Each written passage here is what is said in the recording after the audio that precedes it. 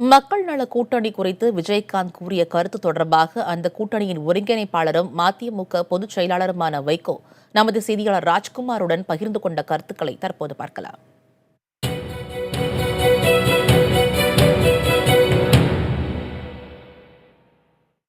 உங்க கூட்டணியிலிருந்து முதலமைச்சர் வேட்பாளராக முன்னிறுத்தின விஜயகாந்த் தற்போது மக்கள் நல கூட்டணிக்கு மக்களிடம் ஆதரவு இல்லை, அதனால கூட்டணியிலிருந்து வெளியேறன்ற ஒரு கருத்தை முன் வச்சுக்க அதை எப்படி பாக்குறீங்க?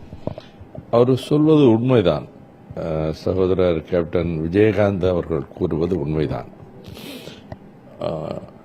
அனைத்து இந்திய அண்ணா திராவிட முன்னேற்ற கழகம் திராவிட முன்னேற்ற கழகத்துக்கு மாற்றாக நாங்கள் ஒரு சீரிய முயற்சியை மேற்கொண்டோம். மக்கள் நல கூட்டு இயக்கம், பின்னர் அது மக்கள் நல கூட்டணியாகி அதற்கு தேசிய முற்போக்கு திராவிடர் கழகம் அதற்கு இணைந்து ஒரு கூட்டணி அமைத்தால் ஒரு மிகப்பெரிய வெற்றி பெறும் என்ற நம்பிக்கை இருந்தது. ஊடகங்களும் அப்படித்தான் தெரிவித்தன. அதன் பின்னர் தமாகவினுடைய தலைவர் ஜி.கே. வாசன் அவர்களும் வந்து இணைந்தார்கள். ஆனால் துரதிருஷ்டவசமாக சகோதரர் கேப்டன் விஜயகாந்த் அவர்கள் வந்து இணைந்த பிறகு, கூட்டணியிலே சேர்ந்த பிறகு, அதுவரை ஆதரவு தந்த சில ஊடகங்கள், சில ஏடுகள் நேர் எதிராக இருட்டடிப்பு செய்வது அல்லது தவறாக எங்களை மக்களிடத்திலே சித்தரிப்பது போன்ற சில முயற்சிகள் நடைபெற்றன. ஆகவே எங்களுடைய முயற்சி பலனளிக்கவில்லை என்பது உண்மை. அதனால் அவர் எதிர்பார்த்த வெற்றி கிடைக்கவில்லை என்பதனால் அவர்களை பொறுத்த மட்டில் அது கூட்டணியிலே தேர்தலுக்காக தொகுதி உடன்பாடு தான் செய்து கொண்டார்கள்.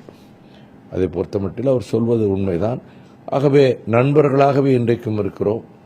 கூட்டணியிலிருந்து அவர் அந்த தேர்தல் தொகுதி உடன்பாடு அதோடு முடிந்துவிட்டது என்று சொல்வது சரிதான். அவரே சொல்லியிருக்கிறார், அவர்களும் எங்களை விமர்சிப்பதில்லை, நாங்களும் அவர்களை விமர்சிப்பதில்லை, நண்பர்களாகவே இருக்கிறோம், நண்பர்களாகவே பிரிகிறோம் என்று.